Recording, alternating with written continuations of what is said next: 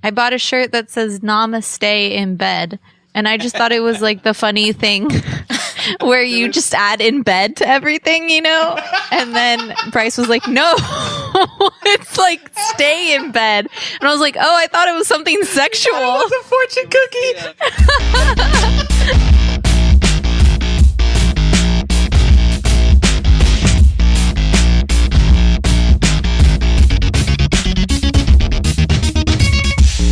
Welcome to another episode of Let's Rewatch, the show where we watch movies that we loved in our youth and see if they're actually still any good. I'm Nick. I'm Bret. I'm Sam. And I'm Ash. And so we've decided to watch Spider-Man from 2002. Spiderman. Because we're all quite excited, at least I'm quite excited, about Spider-Man Homecoming in a theater near you. Are you guys at all excited about that? I am excited about it. I'm going to see it. No, I'm there with you. I haven't seen it, and actually I didn't know the name of it was Homecoming until you just said it. I happen to think their new Best Buds with Iron Man, Spider-Man is like the best version of it I could remember so far. So I really like him.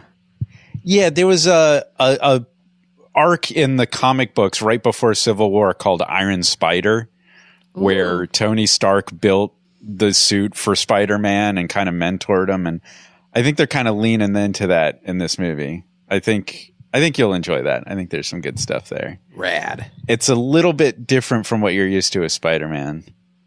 But okay, I'm not going to talk too much about the new movie. Because you've seen it. Yeah, I've seen it. We don't want to spoil anything. That's all trailer stuff too. Yeah. But we're talking about Spider-Man from 2002, what you might call the original Spider-Man. And first, I want to congratulate Ash and take a dump on everybody else. Because I spelled it right? Because you spelled it right. Yeah! Because as we have our email chain trying to decide what movie we're going to do, none of you bitches put the hyphen in Spider-Man, but Ash did. I knew you would hate every minute of it not having. Yep. You got to have the hyphen in there for Spider-Man. Yeah, Totes didn't know there was a hyphen. Yeah. I learned that only because Spider-Man was trending on Twitter one day, and I saw somebody tweet, the one thing I learned today was that no one knows how to spell fucking Spider-Man. And they like spelled it right and then from that point on, I knew. Is that like a hyphenated last name? Like parents were Jeff Spider and Nancy Mann?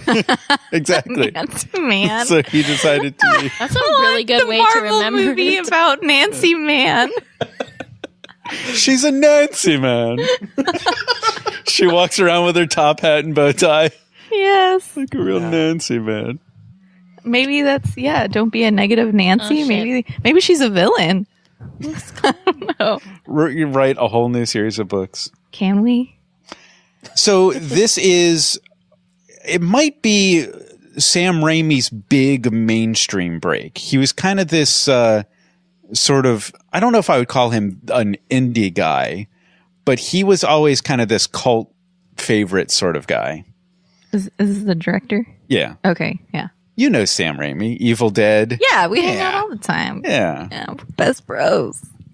See, I think that was like the thing that he's most known for is the Evil Dead series and a little bit of Darkman, but I don't know that Darkman is that popular. Dark Dash Man? No hyphen in Darkman. So he's Darkman. Darkman, yeah. One of the many Jewish superheroes. Okay, that's a good one. Name a mainstream Jewish superhero. Superman. Wow. Wasn't there that ridiculous movie about a Jewish superhero? Oh, what was the name of that? The Hebrew Hammer. Yes, that one. No, the correct answer is The Thing from Fantastic Four. Oh, did not know that. He's like legitimately Jewish. Legitimately Jewish. Oh. Yeah. But we've also talked a lot about Sam Raimi when we were talking about the Coen brothers, because he worked with Coen brothers when they co-wrote Hudsucker Proxy, which we keep threatening to do for this podcast. Yes, we should. I really want to do that one. But I think you see a lot of like sort of a cartoonish vibe with Sam Raimi. with Evil Dead, with Hudsucker Proxy. Like, he doesn't take things Evil too Dead. seriously. God, I'm sorry. My brain isn't working. I just... We've been talking about Evil put Dead two for and two 5 minutes, together. and now you remember what yeah. Evil Dead is. Sorry. So are you all caught up now, Sam Raimi, Evil Dead? Yeah. Do you like Evil Dead? Yes. Yeah. Well, that's the one, like, I either get the Pokemon joke, or if, like, someone's really cool, I get the Evil Dead joke. Oh, because of your name. Yeah. Yeah. Ash versus the Or, Evil like, Dead. the Evil Dead is the one that I like to respond with. They're like, oh, like Pokemon? And I'm like, no, like Evil Dead. It usually shuts them up. Zing. Did you guys see Drag Me to Hell? No. No, but I wanted to. That was Sam Raimi's movie after he finished all of his Spider-Mans. And it's So he did really all of good. the first ones? 3. Okay. So Spider-Man, Spider-Man 2, Spider-Man 3. All of the Tobey Maguire ones were all Sam Raimi. Yeah, Drag Even Me though to Hell looked like a fucking badass movie. It's so good, you guys. Yeah, if you enjoy this movie and you want to see more really good Sam Raimi, you got to check out Drag Me to Hell. So yeah, our cast in this movie is just huge, and I feel like we just burn so much time talking about all of these people. Tobey Maguire, Kirsten Dunst. Wait, what happened to him, though? Is Tobey? Yeah. Yeah, it's interesting. If you look at Tobey Maguire's list on IMDb, it's a lot smaller than you would think it would be. Yeah, what was there, like Seabiscuit or whatever? Seabiscuit This was movie? after the first one. Actually, that's a good question, because what I did is I kind of compiled the movies that came before this. Okay. So are you saying you don't remember any Tobey before? No. Because Tobey Maguire was pretty popular. We all knew him yeah. before Spider-Man. Really? Before Spider-Man? Yeah. Don't you Oh yeah, think? he was like a name that was like Tobey Maguire's in Spider-Man. Ooh, intrigue. Yeah, and I always thought it was a really good choice. Oh. But can you guys think of anything before Spider-Man? I literally can't. No. So I think the 2 big ones would be Pleasantville Oh my god. I Yeah. see it. and Cider House Rules. Oh, yeah, I that's see the either one of that those. Nate. Pleasantville should be on our list. That It was would be weird. interesting to check out. It was meant to be weird. Actually, Cider that the House one- Rules would be good too. Is Pleasantville the one where everything's black and white and then they start remembering? And Well, it he turns to starts color? like in. Well, I don't want to spoil anything, but yeah. Then I've never seen it. I just starts know to go that to that color. happens. Yeah, but you're remembering the right movie. Yeah. Yeah.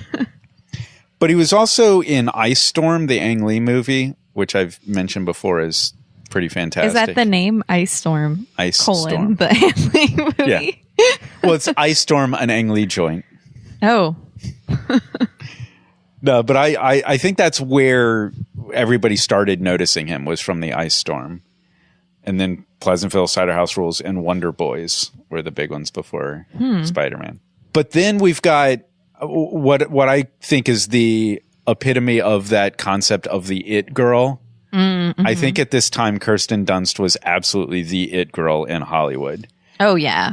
In fact, I was looking at her list. She has 3 movies in 1999, 3 movies in 2000, 4 movies in 2001. 2000? No, I'm sorry. 5 movies in 2000, and then Bring 4 It On, in I think, 2001. is one of those in 2000. You are absolutely correct. What else was Oh, in 2000? yeah. You're not going to get it. I shouldn't even put you on the spot for that. The other big one she did in 2000 was Crow Salvation, Oh. which I have not yeah, heard of that one. Was that a big one? Just kidding. fairly big. But then She there's was stuff. in, what was the one, the like suicide teenager one? Virgin Suicides. Yeah, yeah. Which is Oh. fantastic. Yeah. I've never seen it. It's really good. So that was 99. Yeah, because she was really young in that. That was like one of her first roles, right? Well, we actually saw her on our podcast for one of her first roles, Oh. Jumanji. Oh, yeah, that's right. So she was in Jumanji, but before that, Little Women and Interview with a Vampire. Mm-hmm. And we got to see her grow up. So from Interview with a Vampire through Jumanji, Virgin Suicides, That's right. then Dick, Bring It That's On. not a nice thing to say about her. And then, so I think there's another person in this movie who I know I forgot about, who's kind of huge.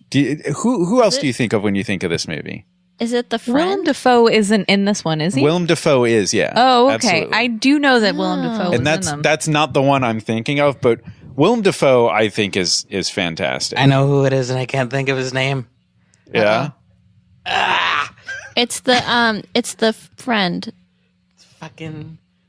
whose name I can't remember because he was Your in. face right now. Oh, if the world could see Brett's face. It's in I English. can't think of it either. I never know these, and I know this one. No, Damn you it. don't. If you knew it, Brett's you'd say it. face is what happens when like you're on the toilet and having a tough time, but you can also hear a difficult Jeopardy question from the other room. That's Brett's face right now. Joseph Gordon-Levitt. No, that's incorrect. No, Damn but it. I can see the mistake. So No. James, Franco? yeah, James Franco. Oh, James Franco. Just almost threw my mic across the room. Yeah, so Harry Osborn in this is actually James Franco, and I think that's the first time I saw him. He plays Willem Dafoe's son, right? Yeah. Okay, Said yeah. the wrong name. I was like, Yeah. Yeah, it's not. It's not the just jokey guy. Yep. He is a jokey guy, though. Yeah, that's true. It's funny what James Franco has become. He was like the cool guy from Freaks and Geeks and then the James Dean TV movie. And now he's like the jokey stoner guy. And his absolute fucking nightmare mess of an Amazon show, like How to Be an Actor. Oh my God, it's so bad. But it's I've meant to seen be it. bad. He's actually a university professor. I don't even remember where, but he What? teaches acting professionally. Wow. But I think his show is a joke, though. I've never seen it. It's a cruel prank on people. Oh, no. But there's also another actor who it was the first time I saw him, and now he's like Huge. king hot shit. Oh, shit. Could you think of who else is in this? Who's king hot shit right now? Not Chris Pratt. No. Okay. That No. would be insane. I mean, maybe I'm overinflating him, but he's pretty awesome. Well, you did Chris use the Pine word or something king. weird. No. Yeah, any of the Chris's. You guys are so off. Yeah. So J.K. Simmons. Oh, okay. This was the first time I saw him. And Fun fact: we ran into him at Wood Ranch. Yeah, in celebrity Burbank. sighting. Oh, wow. He was sitting at the table next to us. you saw him where? At Wood Ranch Barbecue Restaurant. Wow. Oh, wow. Did you throw a chair at his head? No, Ask him for insurance? Should have. but we were probably a couple drinks in at that point, and we definitely very loudly were like, "Oh my God, it's J.K. Simmons!" Oh, God. no. Oh, no. You're the oh, no. worst. Yeah, it was definitely not a You're shining off the moment. show. And I found out that he works at my company. Cool. Oh, so you'll see him again. Oh, good. Yeah. Sam was like a really embarrassly loud whispering Oh, at dinner. shut- Because I wasn't looking that way. She's Yeah. like, "Oh my God, don't turn around now!" But it's J.K. Simmons. I did not. That is totally an And like inflation. everyone in the restaurant are like looking over. No, we were with This an is out actually of town his guest. worst nightmare. Yeah. If you live in LA, you know you only see celebrities when you have an out of town guest. It's such a random phenomenon. And he noticed, and I asked our friend, I'm like, "Hey, what's that actor's name?" And then we spent a lot of Oh my time God. on IMDb. You didn't even know. No, I didn't know his name. I don't know names. I don't know you. Well, that was like the time we met the lead singer of OK Go at the Magic Castle, and Nick was like, "You're the guy." He's like, "What?" He's like, what guy? Yeah, I didn't know what to say to him because I didn't want to say like, "Hey, oh my God, it's you!" Like some people. Or might the have. time where Ash sat next to fucking Karen Gillian. Oh yeah. Oh, No, that was yeah. Bryce. that Bryce was still sitting kills me that I wasn't there. And we hadn't seen Doctor Who at that point, so we didn't know. Oh, speaking of Karen Gillan, have you seen the trailer for the new Jumanji? I have. What do you think of this? First off, it's not Jumanji. It's not Jumanji. Yeah, like This is all news to me. What's going Yeah. on? It looks So- It looks pretty funny. it's But yeah. it's not Jumanji. It's like a really fun idea. So definitely check out the trailer for the new Jumanji. Basically, instead of them getting sucked into a board game, they get sucked into a video game. Cool idea. Really fun. And there's 4 of them, and the hot chick turns into they all turn Black. into different characters, so they're like high school kids, but then in the game, like one of them's the Rock, and the hot fighter kind of, and the hot chick turns into Jack Black, which is probably the funniest fucking thing. Like, that's pretty great, but it's just not Jumanji. Not is my Jumanji. problem it with sounds it. like Tron. Yeah, Last Starfighter and Tron. If they had made some other movie Yeah. with these gags, it seems really promising. But It almost feels like somebody wrote a script and they're like, this is really Yeah, great. turn it into but we're Jumanji. not going to be able to sell it unless we slap Jumanji on it. yeah. I guess. Pre-existing property. Yeah. Like that's a fucking Hollywood standard. Like, no, we need Jumanji to sell this. Right. Well, that little bit of recognition, Yeah. I think, sells. Yeah. Well, and everybody's into like the old 90s, 80s retro, right? Now. We should do a podcast I on know. some of those retro 80s, Oh 90s shit, movies. guys. It's gone full circle. Shit, you guys. It's called the name would be The Future Is Then. Wow. Sorry. Let's go back and rename the show. So we should talk a little bit about Stan Lee and Jack Kirby, the creators of Mr. Speederman and a lot of our favorite heroes. Did you hear Stanley's wife died? I did. So sad. They're pretty old. Well, yeah. It's amazing that Stan Lee is still kicking. That he's still standing. Yeah. Did you hear they've shot like most of his cameos for like the next 5 or 6 movies? No. They want to have them in the can. Wow. Yeah. No CG. No Uncanny Valley. Yeah, we're going to have a digital Stan Lee at some point. Ugh. Digital the man. No, thank you. So yeah, Stan Lee and Jack Kirby gave us Spider-Man, Fantastic Four, Thor, like our core Avengers type characters.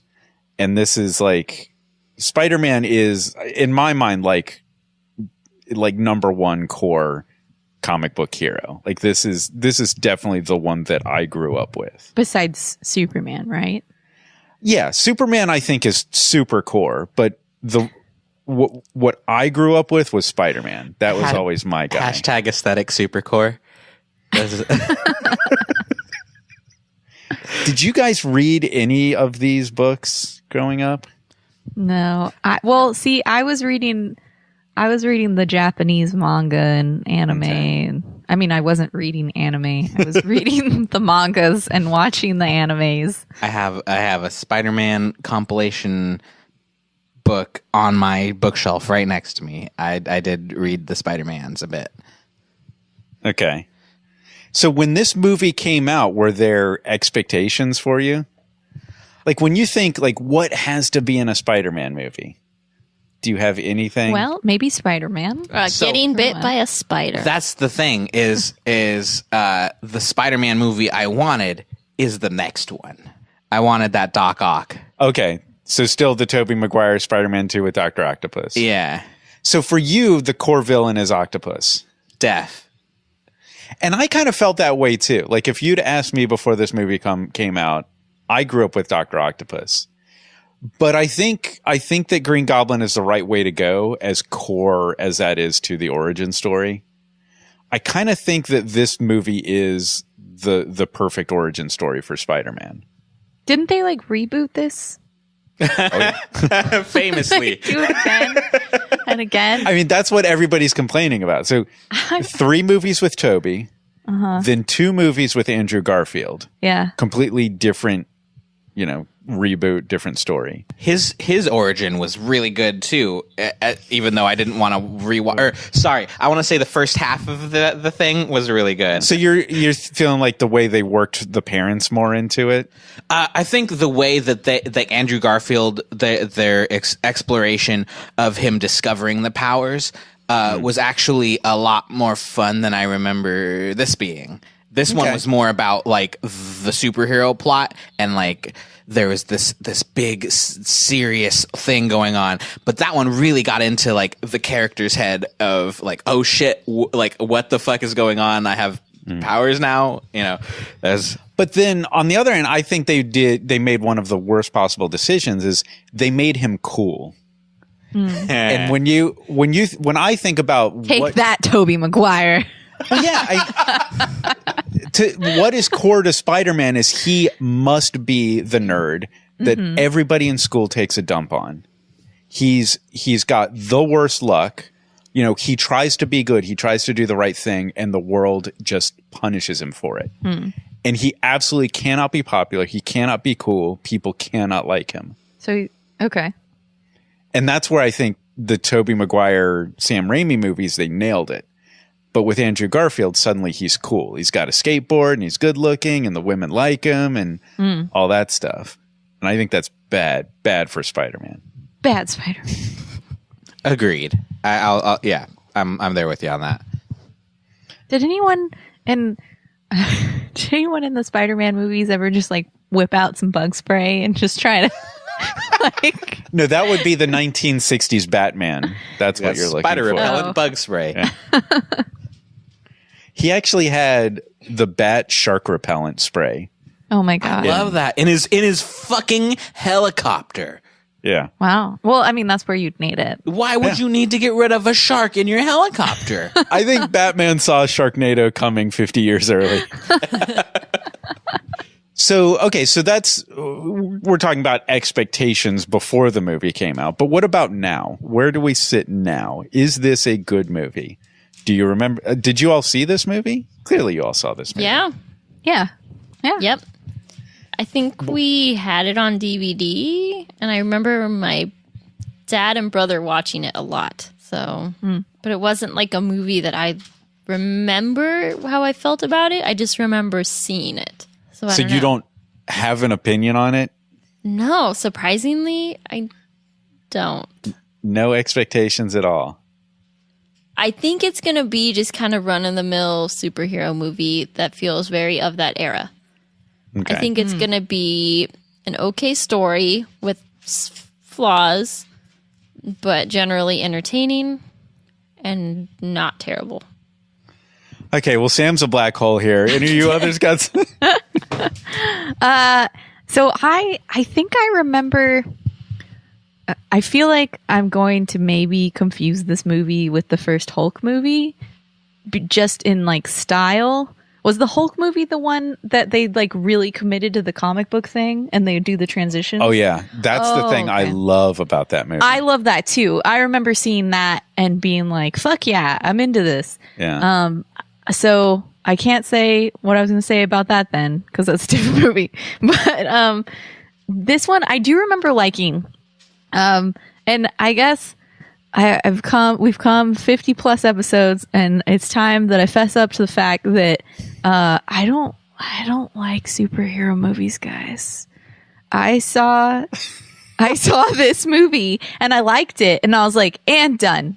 I was like, I'm good. I don't need any more superhero movies. I like this one. This one's good. You're here to tolerate this movie. I guess. I remember really liking it though. Like, unlike you, Bret, I remember him learning about his powers, and I feel like I do remember that being kind of fun.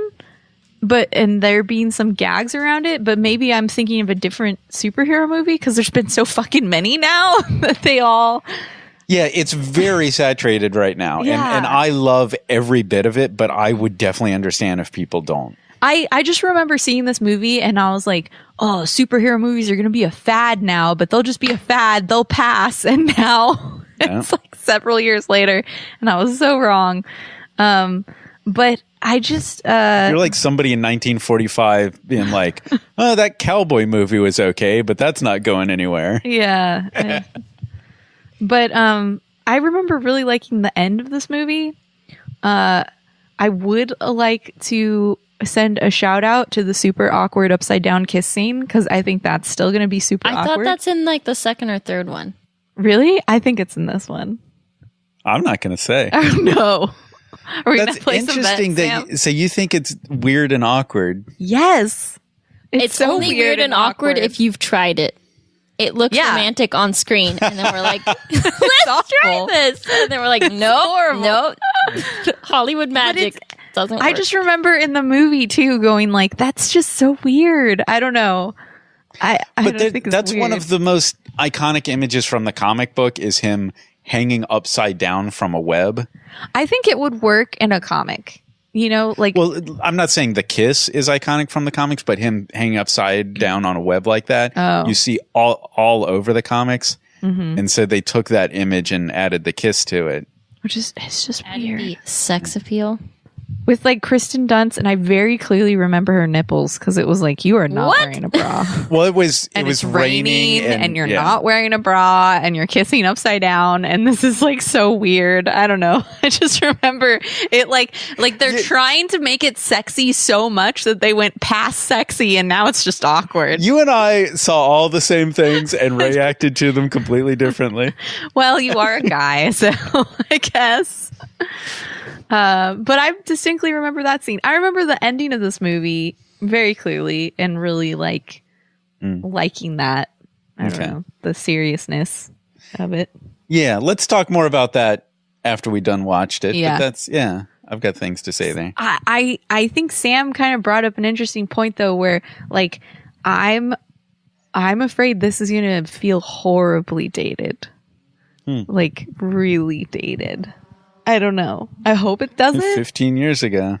Yeah. But just like I will say that superhero movies have really, as far as like visually, like advanced, you know? So I'm just saying like visually, I'm thinking it might feel like really dated, cheesy, early 2000s. Yeah. I don't know. Well, I was very excited. Like this is the first time they put Spider-Man on screen, and just to actually see the movement. You imagine the movement, but to actually see that character moving. And I do remember a few moments where it's like, that's just some guy in skin tight suit, and it looks a little weird to actually see that as a real person. Yeah. But aside from a few of those weird moments, I thought it really was firing on all cylinders. And, you know, things like you've never heard the web shoot until you saw the movie. And now that sound effect of a web shooting out, they've used that same sound effect for all of the reboots, for all the other Spider-Man movies. Now that's like the sound. Okay. And before that, we never had any of that. And I think it was very excited to see this for the first time. Like, wow, this has really come to life. Mm-hmm. The one thing that I think I remember as kind of a bummer is they felt the need to have the actor's face on screen. So they keep finding ways of him losing the mask. Taking the mask off. And that's a bit of a problem. And making that movies problem with actors. followed through in so many of the early superhero movies. Like the first couple Iron Man. Well, even Doctor why does Strange. the mask open up? Like, I just watched Doctor Strange, and they're all supposed to be in an operating theater, and they should all fucking be wearing masks, and not one person in there is wearing a mask. Like, I don't so even many remember times. that. Like, the first time you see them in the operating theater, they're all wearing masks, and then every scene after that, whenever surgery's involved, no one ever has a mask on. And it just drove me crazy. Yeah, I missed that. And I feel like I want to thank the Deadpool movie, because I think after that, Hollywood might finally get the point that the characters with masks don't need to fucking take them off to make the movie good. Yeah. But Although- that was a huge or it's Hollywood's way peeve. of saying Ryan Reynolds. Although I was a little disappointed. Literally no that human ever said that. I know. Okay. when we did actually see Ryan Reynolds, he was way less disfigured than the character should have been. Yeah, he should have been way more fucked up. Yeah. They really pulled their punches. They wanted there. us to see pretty Ryan Reynolds, not the hideously disfigured face. Yeah. Right. I had a problem with that too. That is the one that I read. I read some You Deadpool. read some Deadpool? Okay. Nice. So, Brett, I think we got everybody's expectations except yours. And I've been thinking about what I wanted to say because I can't say too much of what I think about this movie without, like, I think getting in the way of everyone's perception of it. But I think this is an important movie in the genre. I would agree with that. Yeah. For story reasons that were in this movie and in number 2 that disappeared and I don't think ever came back. And I just remember this as like the movie with stakes.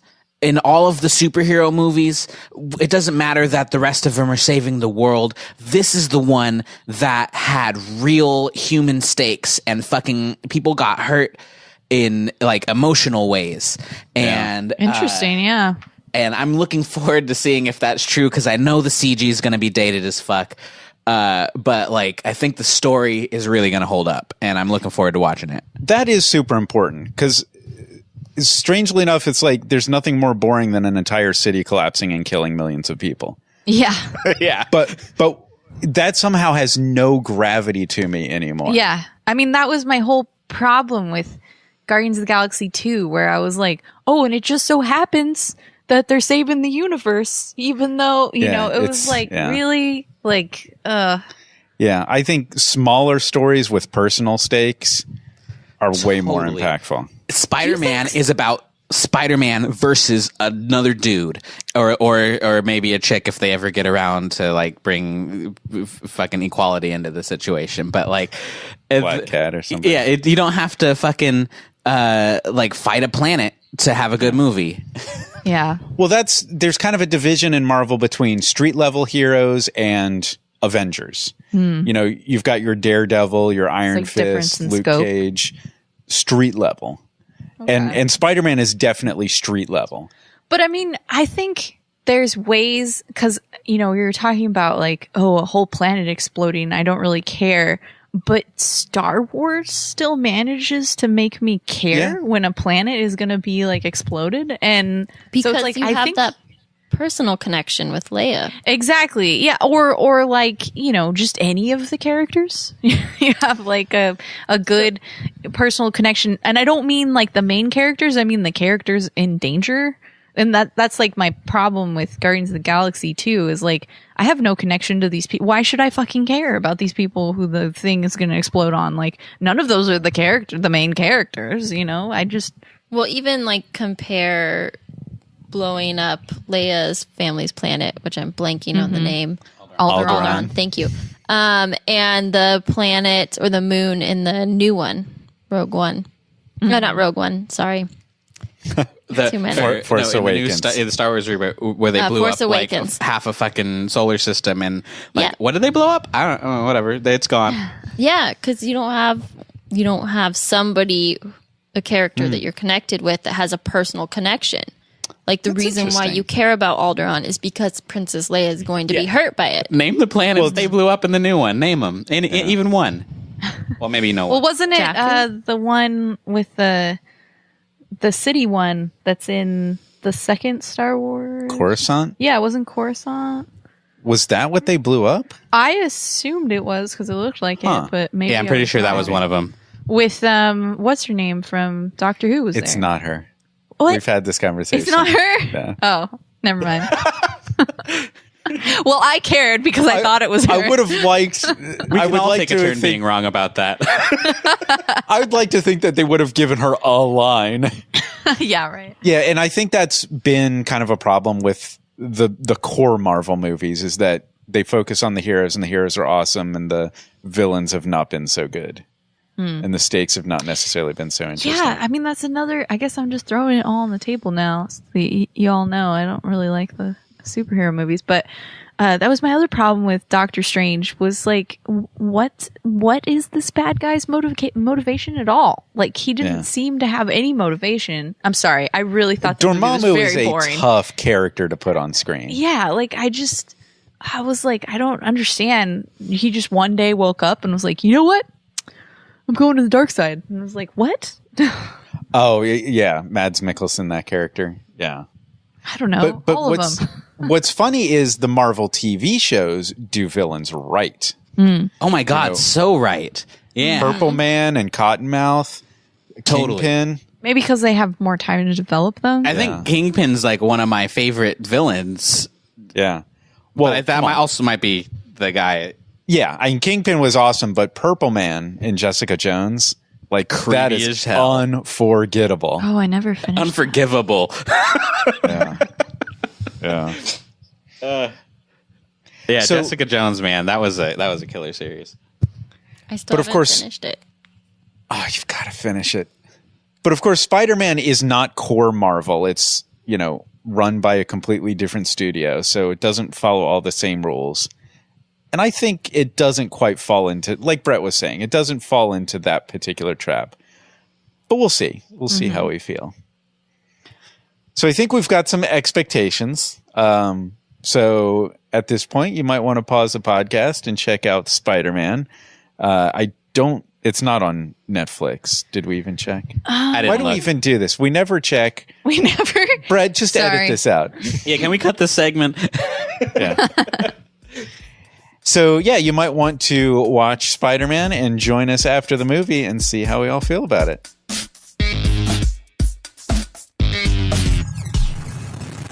Hey, Let's Rewatch listeners, Ash here. I've hijacked Brett's editing station to tell you about a special contest we're doing. Remember that Fallout 4 parody video we took forever to finish? Well, it's out now, and to celebrate its release, Laughstash TV is doing our biggest contest yet.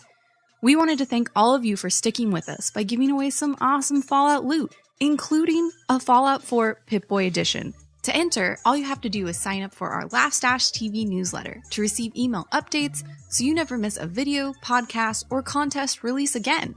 So go to laughstash.tv to find out more and enter. That's LAUGHSTASH.TV. Oh no, he's coming back. Just remember, the contest ends August 15th, and it's pronounced Sigourney.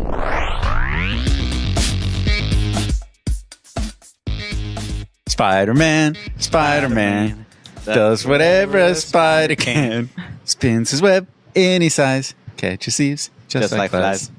Hey there, here comes the Spider-Man. All right. So I'd like to address the elephant in the room that Nick did not bring up that Danny Elfman did the score. I will make every movie sound like Beetlejuice. This is my blessing, my curse. I am Elfman. Danny Elfman. Yeah, sorry. I completely forgot about that. It's okay. Also, there were like a million cameos that we didn't discuss prior. I completely forgot about Elizabeth Banks. Yeah. Elizabeth Banks also.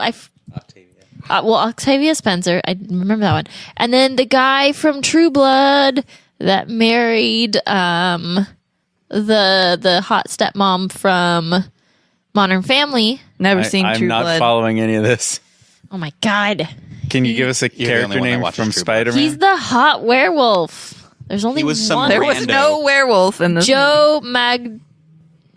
Oh, Flash Thompson? Oh, shit, that guy. Yeah. I didn't even recognize that they were the same guy. Yeah. You. Flash Thompson? Who? The bully. Yeah. Oh. Yeah. And Ted Raimi, Sam Raimi's brother, who's in all of his movies. He was like the Weasley guy who worked at the newspaper, who was like running away when the goblin attacked. Oh. But yeah, I was shocked at Elizabeth Banks. Yeah. Yeah. Such a small throwaway part too. Well, Betty Brant is pretty important in the comics, so it's like fans are excited to see her, but they didn't do anything with her in the movie. Yeah. So yeah, I forgot about the Elfman. Yeah, it's interesting you brought that up because by the end of the movie, I was like, I really feel like Danny Elfman phoned this one in.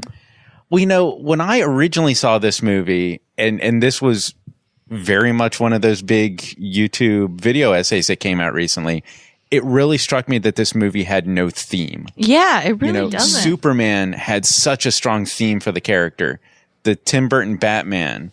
But there's no jingle that gets stuck in your head, and that's the Spider-Man song. No, you didn't notice the Spider-Man song in the whole movie? Every time something happened, every single Elfman theme started with da da da ba ba da ba da ba da, like every single time. I would argue that that's pretty lazy.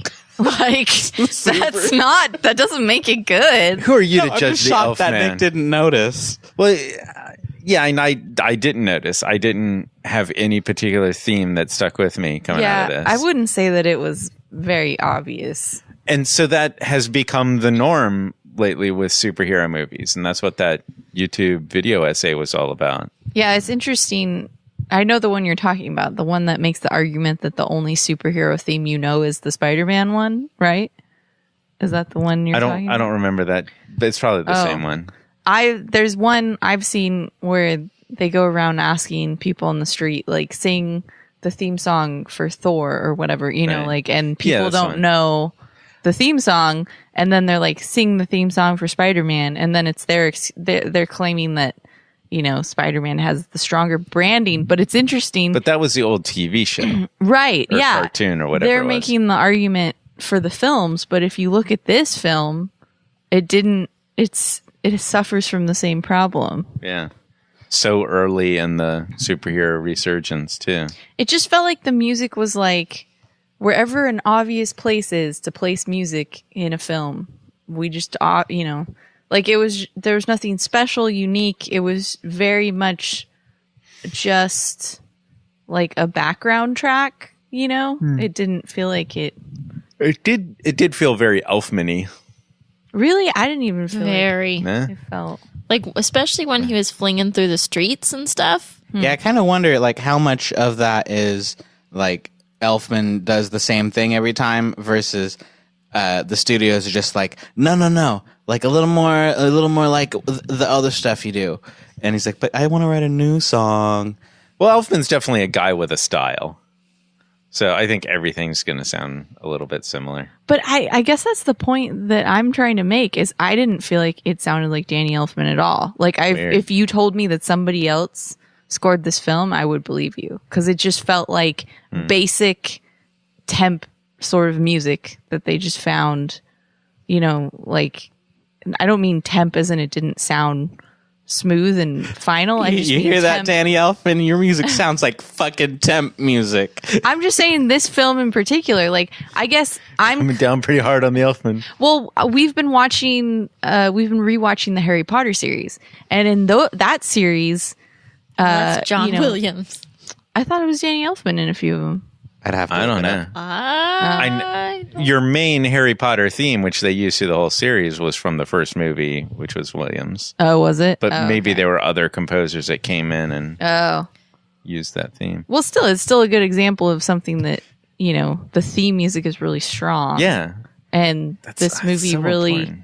Like, I feel like Spider-Man has a really recognizable song, and if you didn't want to use that, that's fine, but, like, make something just as strong, I guess. Yeah, Danny Elfman, you're no John Williams. No, I think what I kind of reacted to with the score was that it felt very like jovial, whereas more modern superhero films are more dramatic in their score. Well, when did and Inception serious. come out? Inception? Does be- 2010 or 12? Okay, because I feel like No, it was before that. a lot of the modern 9? like big movie cues kind of take after Inception and their big loud horn blowing and it's not just that not just that sound but like the crescendo style of that film has carried through in a lot of modern stuff and it's kind of changed where everything has gone since then and Yeah. you know Especially that's- for trailers. but before that, we had like who did the superhero stuff? Who did all the big movies? Was Elfman. So Yeah. this was like prime time Elfman scoring, you know? And like maybe we're just tired of it. I think that's what it is like it's in so many films that it sounds generic unless you explicitly listen for it, you know? And like for a long time I couldn't recognize Danny Elfman's scores. I was like, it's just a score. And then when you like watch films listening for it, you kind of pick up on his style. But he just does a wide variety of things that it sounds kind of run of the mill because you wouldn't expect him to score all that big variety of films. You know what I noticed, even aside from the Elfman, although that's a part of it, this movie had a lot in common with the Tim Burton Batman. I Like could it see was that. like it seemed fresh and new at the time, but now when you draw a line from superhero movies we have now to the Tim Burton Batman, this seems much closer to that. Like there's a festival scene with a popular musician and Oh my God. balloons. The most early 2000 thing in the film, Macy Gray. Yeah, It feels like somebody's like, we need that's the most we need thing our thing. Yeah. We need our version of Prince. Yeah. And Macy Gray was like, the answer. that wasn't needed. It should have been Missy Elliott. Yes. That was the most dated thing, along with the singular, like, branding in the background. I missed it. Oh, the cell phone. The cell phone company Singular. who's like, not around anymore. That's funny. See, it's so not around anymore that when you said the singular branding, I was like, wait, what single incident of the branding? So I also caught the there are several scenes where it's just like, oh yeah, totally get what Nick was saying. That's a dude in a suit. Yeah. Oh. And also with the goblin. And it was that festival scene when they finally are on the ground walking around. It's like, I feel like I'm standing there as they're shooting the movie, watching people in costumes. Yep. There's that one wide shot in the rooftop conversation where it's just like he's like talking, but like from behind, so you don't even see Willem Dafoe's lips moving through the mask, and it's just like this shitty goblin head helmet bobbing around. Yeah, that goblin costume, the materials it was made of was like obviously plastic.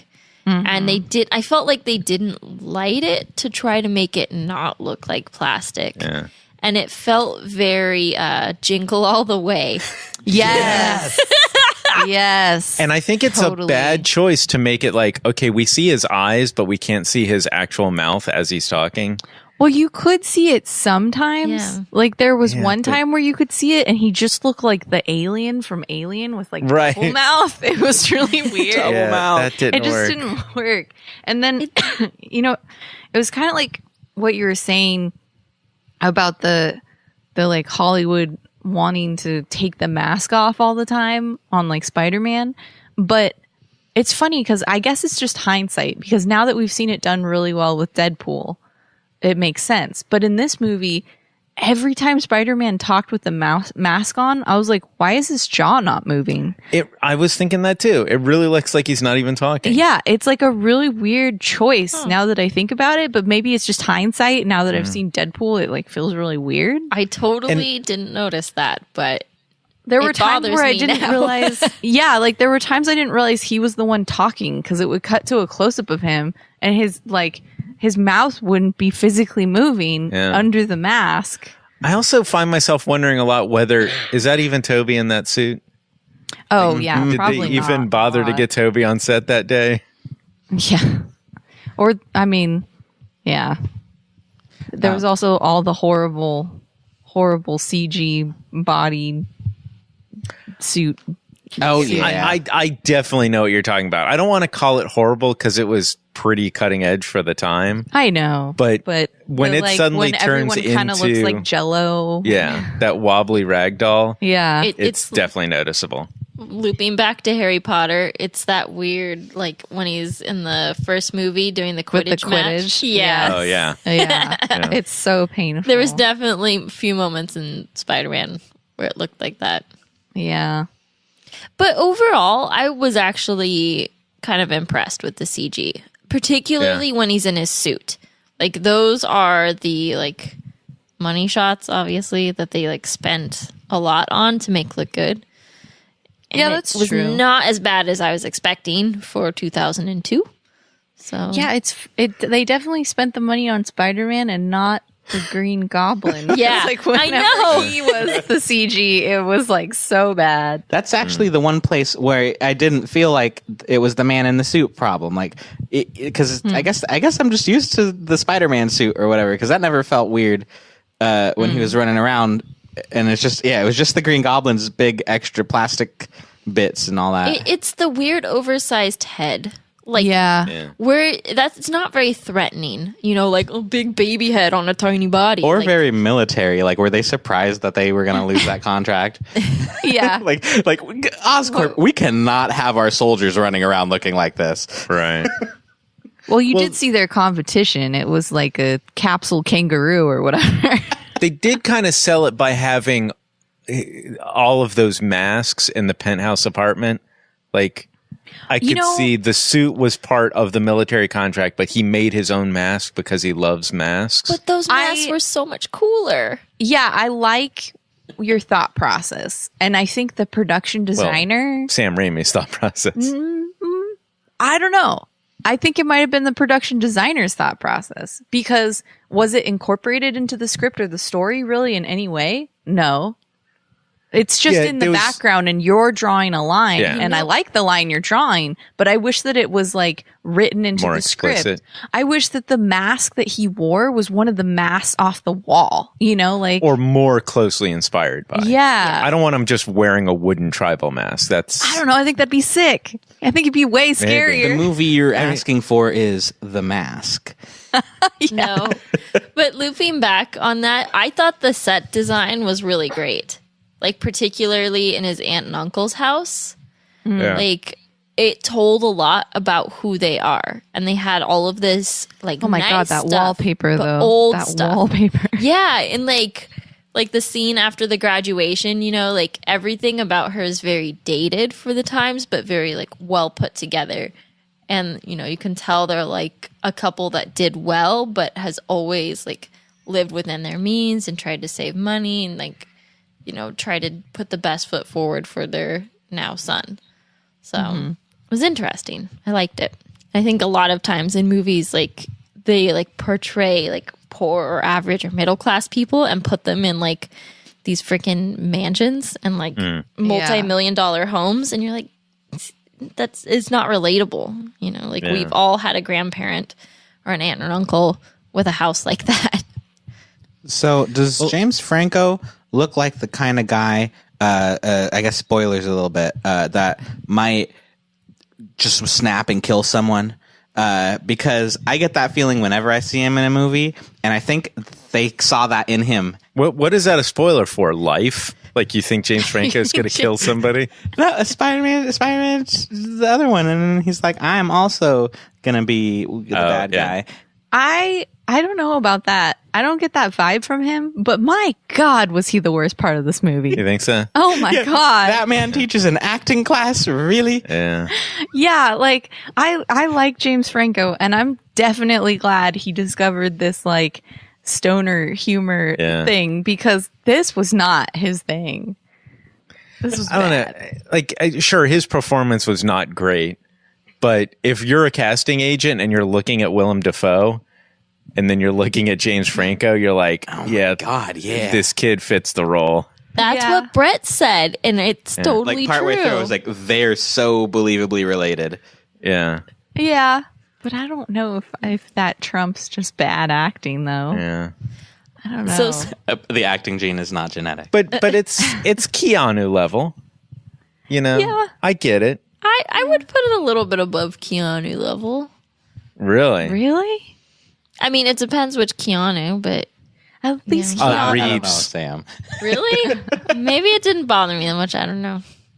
But Willem Dafoe's acting was incredible, Yes, and particularly I- the mirror scene. Yeah, his I Gollum thing. really want a Dr. Jekyll and Dr. Hyde movie starring Willem Dafoe.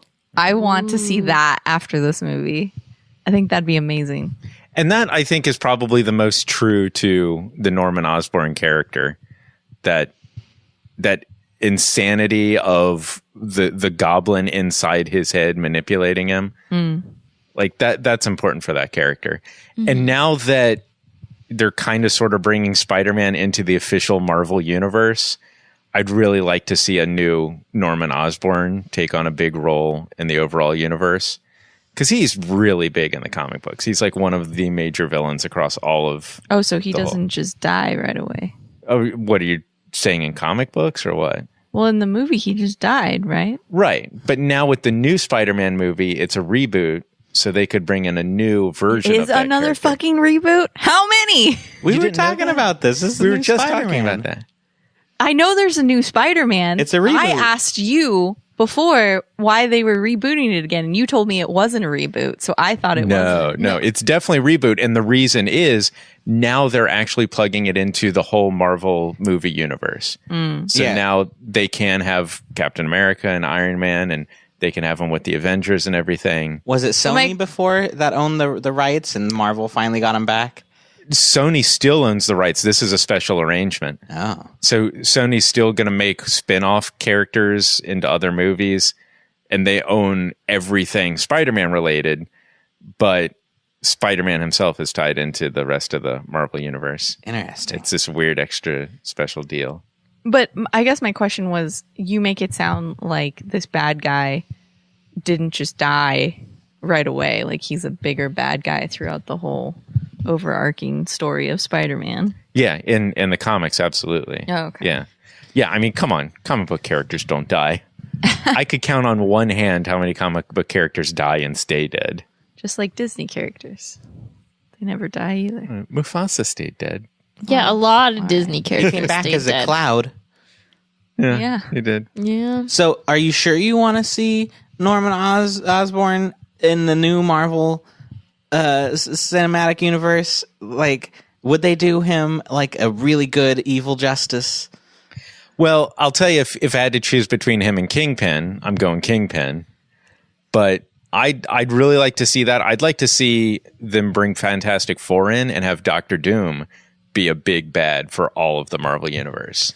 I want to see like If they could the do those Netflix characters show of right. that. Netflix Fantastic Four? Yeah, like the Netflix, like a. I don't know. That gritty Netflix feel, because the jokey everybody has a good time feel of the movies is not working for that team.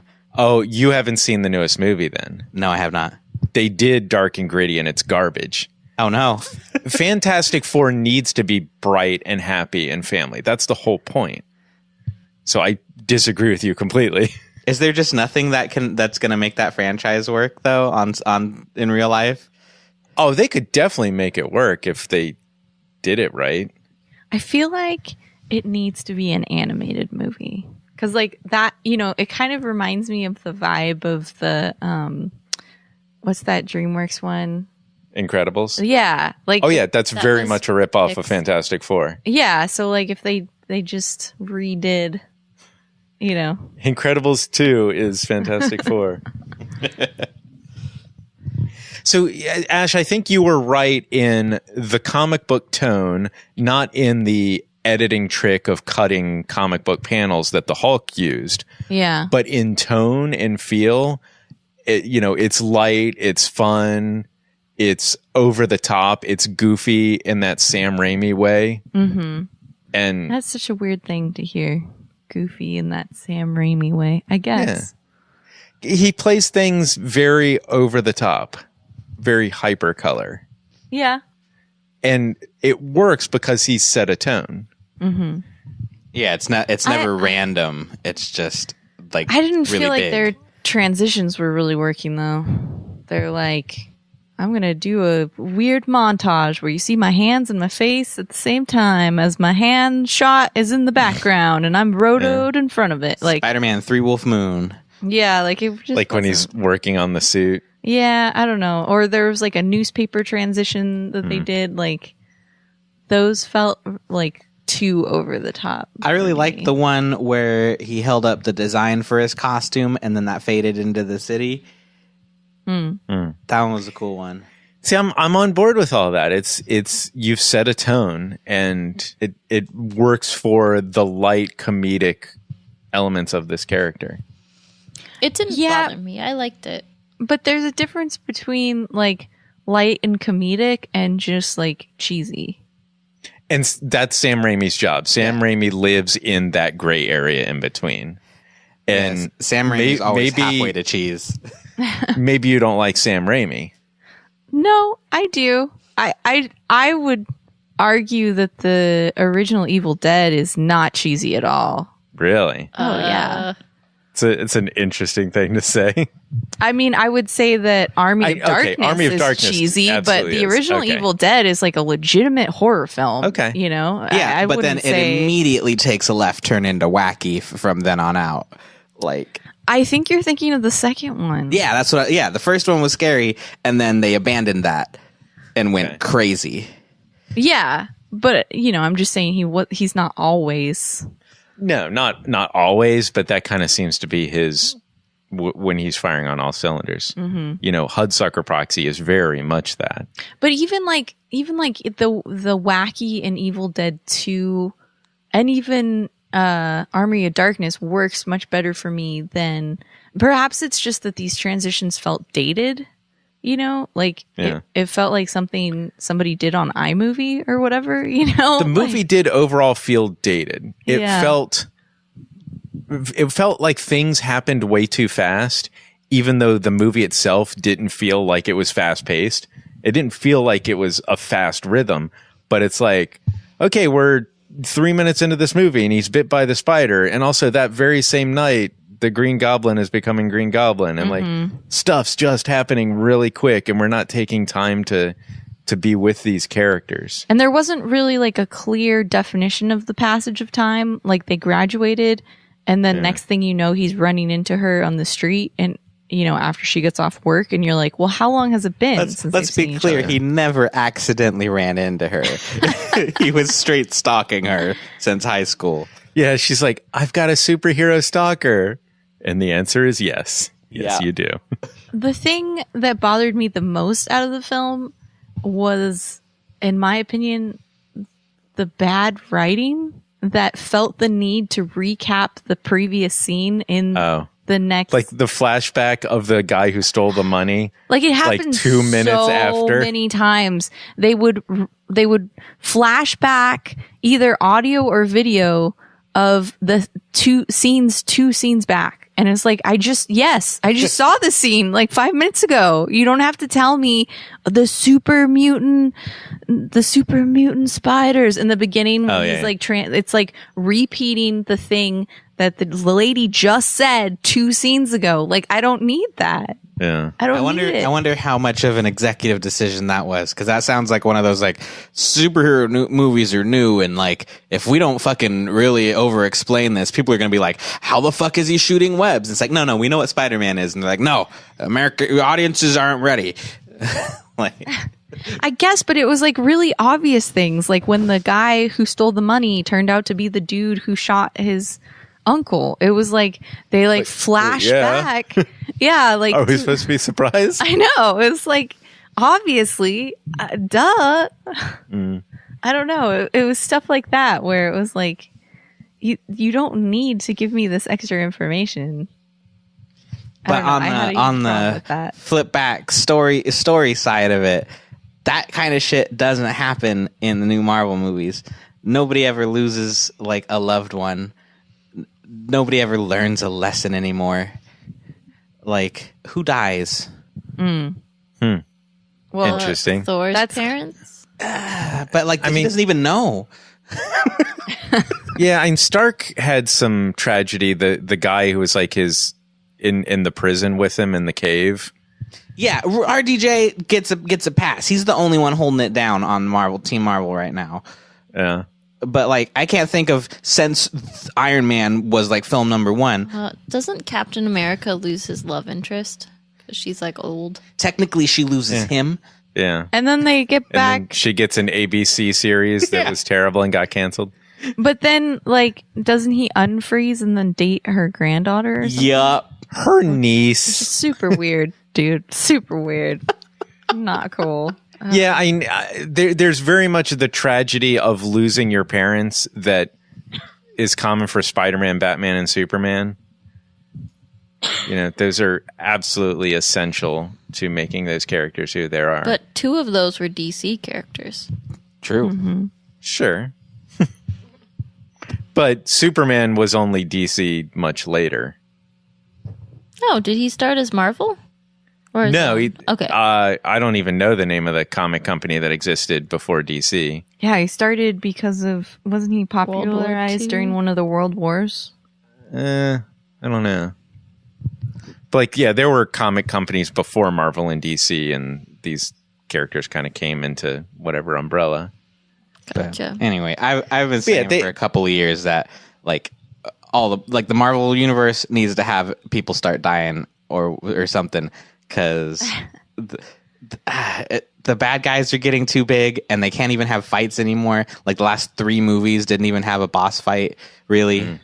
Like, Yeah, I want to respond to that, but I would be spoiling like major spoilers for Civil War. But okay, true. But I'll say you're right. Yeah, I mean, we could use some greater stakes.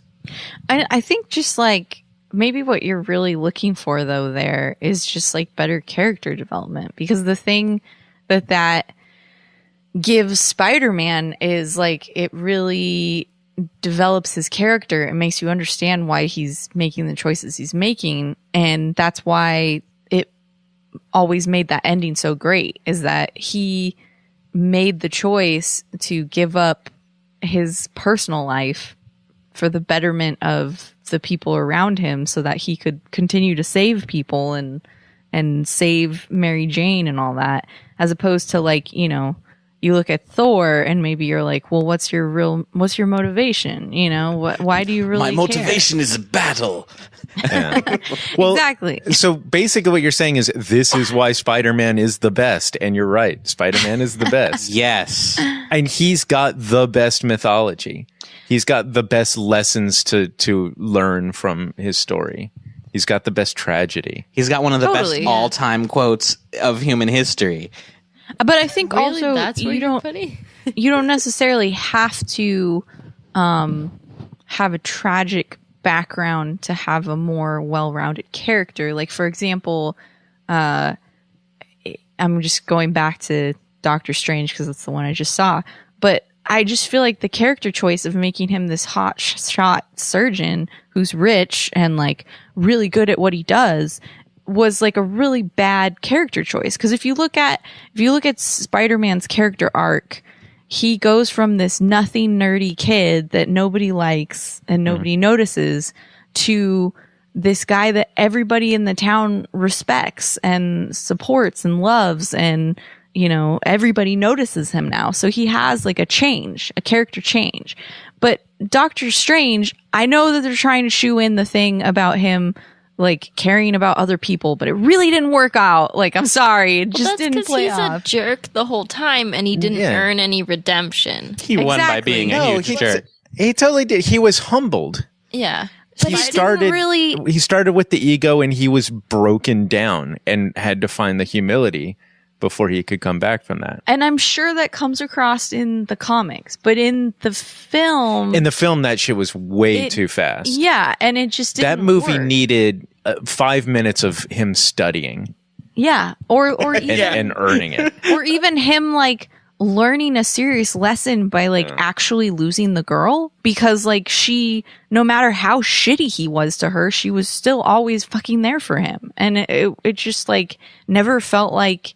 Also, there was absolutely no chemistry between him and Rachel McAdams. I'm sorry, but You're like getting right into Doctor Strange. I am sorry. And by the way, his American accent was unacceptable. That one I was okay with, actually. Really? You're okay with that Didn't accent? really bother me. I love me some Cumberbatch, but his American accent was not working. It just didn't. I think Sam, you said it best, where you said like he didn't feel like he earned anything, as opposed to Spider-Man really felt like he earned it and came Yeah. from nothing. Even when he was a bit of a jerk, you still felt for him. You know, like when he was in the car and he was like, you know, don't pretend to be my father then. Like, immediately he said something mean, and then you could like see it on his face, like, oh my God, what did I just say? I didn't mean that, you know? So everything about him is just relatable and likable. I almost like this thought of, and it didn't work quite the way that I think we would have wanted it to, but how you've said everything happened too fast, like it just boom straight in the action, and it almost feels like their thought process was like, we've only got 2 hours, let's not have a wasted moment. Like everything that we show on screen is something that actually has a reaction later or a consequence. And, you know, there's very little time for just like goofing off and jokes or throwaway scenes in this movie. Like almost everything moved the plot, even though it did Yeah. feel a little Oh, weirdly certainly. paced. Yeah. Which felt like the pace of Tim Burton's Batman. Totally. Yeah. But I think there's a very interesting thing that plugs into the tragedy and the character development here. Do you guys know the story of Gwen Stacy and the George Washington Bridge? Mm-mm. So before there was Mary Jane, there was Gwen Stacy. Okay. And Isn't she the girlfriend in the reboot? yeah, the first reboot, Okay. not the newest one. So Green Goblin throws her off of the George Washington Bridge. And Was that what they were kind of going for there? and Spider-Man dives, shoots a web, catches her, and her neck snaps. Oh, no. And that is horrible. a huge moment in his development. Oh, man. So yes, yeah. that is exactly the scene they were doing, but they took away that tragedy by making it Mary Jane and she not dying. Right. So that is a huge part in his development. A lot of depth there of like, you know, okay, I'm going to be the hero. And again, just being punished in the worst possible way for that while still maintaining and still continuing on from that. Interesting. So it's a little sad to kind of sort of have that in this movie, but not really have that in this movie. Yeah, there was no real consequence. And it's definitely a stakes thing. And I think it's a combination of a stakes thing and a character thing, like you were saying earlier, Bret, where, Spider-Man had real stakes here, like people he really cared about. Yeah, and personal stakes. Not the whole city blowing up, not the whole world blowing up, Yeah. but personal stakes. I really wish that they had even pushed that more with the Green Goblin, because I feel like it would have been really interesting to see Willem Dafoe struggle more with the idea that he has to kill Peter Parker, you know? Oh yeah, like they that kind of would've been- flipped him in one scene. Yeah. Yeah. It would have been really interesting to see him struggle with that more. That might have been what they were going for in the dinner scene. Sorry, Nick. In the dinner scene. Yeah, I think I was it was. actually gonna counter with that. He just seemed betrayed and pissed off and like lied to in the dinner scene. But I would have liked to have seen him feel more conflicted. You know, like how can this be the man that I want to kill? You know, he's so close to me. He's close to my son. Like I like him better than my own son. Yeah, but I didn't really like get that. they could have executed that by actually having him stay and seeing him, like imagine this shot of him at the end of the table and everyone else is digging into dinner and eating and he's just sitting there with this like internal conflict and we're like hanging on him while everyone else is continuing. Like that would have been more powerful, but clearly for some reason they felt the need that he had to like Keep moving. well he had to like bag on Mary Jane for some reason. Like Yeah, they're trying to get the audience to hate him. yeah, which I think was the wrong move, because I think it would have been more interesting if we kind of liked him. Yeah, yeah, and that's it's what makes good villains. Yeah. Ones that you kind of like. and it leads into another problem with some of these earlier superhero movies is that they always have to kill the villain by the end of the movie. You know, Norman Osborn is just more interesting as time goes on. If he doesn't die in that first conflict yeah. and he keeps going on and wrestling with the very thing that you're describing while also like trying to build up power and more power.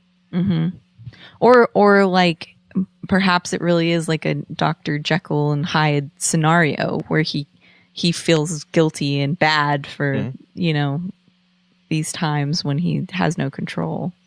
But instead they just make sure the villain's dead by the end of the movie. Yeah. We're done with him.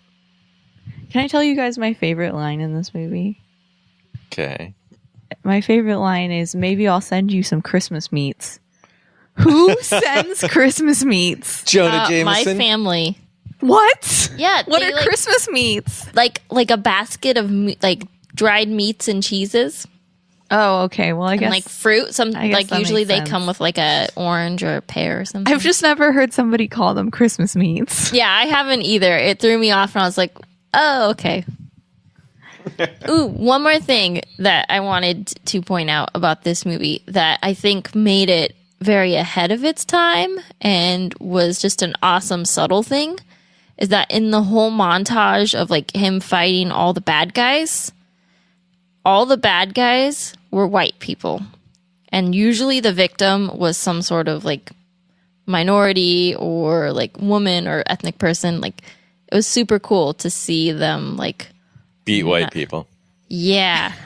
No, I mean, because like not be white people. I'm not like, yay, more white people. No, it's just like, Oh, I thought you said beat white people, Yeah. like beat them up. beat them. Yeah. Yes, yeah, Let's see exactly. some white people getting beaten. And like, it's a subtle thing that's important, you know? Like, But wasn't the guys who were gonna rape her in an alley? They were Eventually, white. they dropped out eventually of it. they fucked up. like- but Oh, okay. there was a good 10-minute sequence where they didn't. And I think that might have been the only scene in the movie that had non-white villainy. But going one of on. those guys, I think, was a white dude. It was hard to tell, though. But Yeah, it's interesting because we noticed it, and it's just weird that I feel like it's weird that we noticed it because you expect in Hollywood like that's just not going to be white people doing the crime, which is terrible. But like that's usually what it is, you know? especially in such like a blockbuster mainstream type movie, you kind of expect them to go along with these stereotypes, especially at a time where we weren't as aware of how bad these things are, like these subtle racist things. So it's cool. It's interesting. I'm gonna in my head I have the headcanon that the guy who stole the money and the car was the dude, the other wet bandit, because he kind of looked like him. The third wet bandit. The third wet bandit. Oh, and not like a young Guy Fieri. Oh, he did look like a guy. He did kind of have that going on. All right. All right. So what are our final thoughts here on Spider-Man? Sam, you were kind of lukewarm on the whole Spider-Man experience. I actually liked it, except it dragged at the end. Like, it hit about 30 minutes to the end of the movie, and I was like, oh my God, I've been through a lot I'm of done. movie. But I actually really liked it. It was like kind of campy in parts, and it did feel very of that era, but I thought it was refreshing because it was different than all of the Marvel movies that I've seen recently. So Ash, do you still hate superhero movies? Probably. I want to clarify that. I don't hate all superhero movies. I really like Deadpool, and I'm a huge Batman fan. Don't call Deadpool a superhero movie. It's a comic book movie, but it's not a superhero movie. Okay. All right. Have you seen the original Superman? No. don't I think so. haven't. You need to see that. Okay. That's everything done right. I think Deadpool was everything done right. Yeah. in a different way. I didn't like this as much as I remember liking it the first time I saw it. I remember really liking it then, and perhaps it's because it is so saturated, the superhero genre now, that I'm just kind of bored by it, you know? Yeah. But I also remember that ending feeling a lot more profound to me when I first saw it, and this time it just didn't really land for me. Yeah. I don't know. There were definitely good parts. I mean, I didn't hate it. I remember liking this a lot more when I first saw it than I did the second watch. Yeah, it definitely feels to me that the pacing and the power and the gravity is dated, and that all of those things work better in newer movies for some reason. I mean, I'll just come out and say it. I love Spider-Man Homecoming. And as much as I remember this original movie as something that I really, really loved, I just kind of feel like Homecoming is a more enjoyable experience overall. Okay. I'll have to check it out then. I think I like there were things that worked for me in the past that didn't work for me here. I was telling you, I don't buy Tobey Maguire as the nerdy kid anymore, because in my opinion, he doesn't look that. Really? In that first shot where they show him, I was like, oh shit, yeah, he was nerdy. Like, damn, Tobey Maguire sucks. But all he has to do is take off his glasses and he looks classically handsome, in my opinion. That is fair. He doesn't really look like the nerdy kid that gets pushed around, But he looks like did- he should be on the swim team or something, you know? Weird. He did I don't play know. the I don't meat get that. character pretty well, like that bus scene and everything. Yeah. I thought that definitely sold it. But like, I think my bigger problem too is like, I don't buy that Kristen Dunst and Tobey Maguire are high schoolers. And That's a problem. I think that's And- a huge problem that I think in the past, like older people would play these kid Yeah. roles Like and Matthew Broderick as Ferris Bueller. yeah, and we would He's just like, clearly 25. that's just how it was. And now I've seen so many really great child actors that like, I don't buy that anymore. And once again, Spider-Man Homecoming does that so yeah, right. which is why I'm kind of interested. And that kid is a child. Okay. And- Well, It works.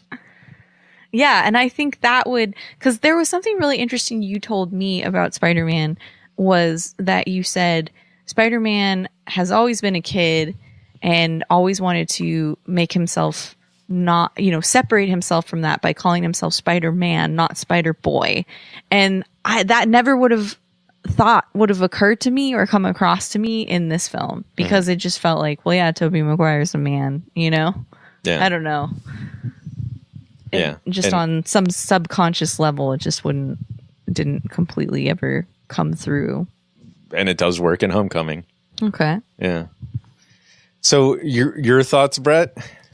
This was slightly worse than I was hoping it was going to be. But Kind of sad the way we're coming out on this one. yeah, but you know, I think my original thought though, and I mean, it's kind of like all I've been talking about the whole time is just like I miss the story goals of this movie, even if they missed what they were aiming for. What they were trying to do feels bigger than what is currently being done. And I kind of wish we get a little more, character development, character depth. Are you saying the lesson of with great power comes great responsibility? Yeah, with hundreds of millions of dollars should come fucking cool movies and not what you've been making. It bums me out that you guys are laughing at that. Like that, yes, maybe it's become a joke over time, but if you take that for its original intent, I think that's a very powerful message. No, From this definitely. movie. And I think it felt like I said, when I first saw it, it Yeah. felt really powerful 15 years to me. ago. And like definitely, you know, I was like, fuck yeah, you know, that's so cool or whatever. And now I think it has become the butt of a joke just because so many people have used it that way. But it's still a really powerful like decision. Like they could have done the Hollywood decision and had him get the girl or whatever, but they didn't. So I do think that was really interesting. I just think they could have, I don't know. I think to Brett's point is they're not doing that now. That was a really long-winded way of repeating what you just said. Oh, thank you. You're welcome. So yeah, I guess in the grand experiment of what this podcast is all about, we're finding that this just is one of those movies that doesn't quite hold up to how we remembered it. Yeah. Is that the Yeah, same? I definitely was. I know. I was like, I thought it was going to be shitty. I'm pretty happy. I was way more hyped for this than I am now. Yeah. Always I go in with low expectations. Yeah, I didn't hate Yeah. it, but I was like not as thrilled as I thought. Fair enough. That's kind of a down note. Sorry. Wah wah. All right. Well, I'll just throw out a recommendation, if not for you guys, but for everybody else. I do think that Spider-Man Homecoming is definitely worth checking out. It came out like a week ago, I think. No, it came out on Friday, I thought. The 7th. Yes, but when is this podcast? coming Yeah, out? it'll be a week ago. I'm not talking to you, Hey. Sam. I'm talking to the audience. You know what? Sorry, it's late. Anyway, go to a theater near you because Sony Pictures is sponsoring our show this week, apparently. We'd like to thank Sony for giving us this opportunity to watch Spider-Man again. All right, guys, if you like this show, this is part of the Laugh TV network of content. It's this podcast and a YouTube channel where we've got a drinking show and video game parodies and a cooking show and lots of fun stuff. Yes. And you can find us on Twitter. Twitter, Twitter. and the Twitter, all of the things. And on YouTube, you can find us on YouTube. God, I'm sorry, my brain is broken. We're who are we? http://www.youtube.com. You'll see a little magnifying glass. Puppies Click on that. / supplies. What is it called? Laugh Stash TV. Okay. There you go. I can hear Brett's like little description of this podcast now. Like, listen to Ash lose her brain. You've only been saying those 3 words for the past 6 years. Laugh, stash, TV. So Is Laugh actually, Stash TV 6 years old? No. No. Ash was just bitten by a radioactive spider, and this is what really happens in that scenario. Yeah. Really, I'm slowly being poisoned to death. Yeah. My spider sense is tingling down the drain. But you can also find us on Twitter. We're at Laughstash TV, and you can follow this podcast at Let's Rewatch. And you can tweet at us movie suggestions like Luna did. She tweeted that we should do Footloose, the original one, and also Baz Luhrmann's Romeo and Juliet. So we'll have to add those to the list. Those are both good ones. Yeah. And also, just a side note, you'll probably hear the bumper for the contest at the beginning, if you can put that in there for me, Brett. But we're doing a contest. We're giving away a Fallout 4 Pip-Boy edition of the game, and it comes with a cool Fallout Pip-Boy that you can put on your arm and, just wear as you go out and get some coffee. You really lost control of that whole thing towards the end there. But please go to laughstash.tv to find out how you can enter and win other cool Fallout loot. Yeah. I'm done. If you liked our podcast, please give us a review on iTunes, Google Play, or Libsyn. Nope. Oh, you were so No close. reviews on Libsyn. It's just a host. What's the other one? There's no other one. It's just iTunes or Google Play right now. Whatever. It just feels too short. You guys get long You call can outs. comment on Libsyn. We really need Don't comment on Libsyn. That's completely pointless. It It's is. just a hosting service.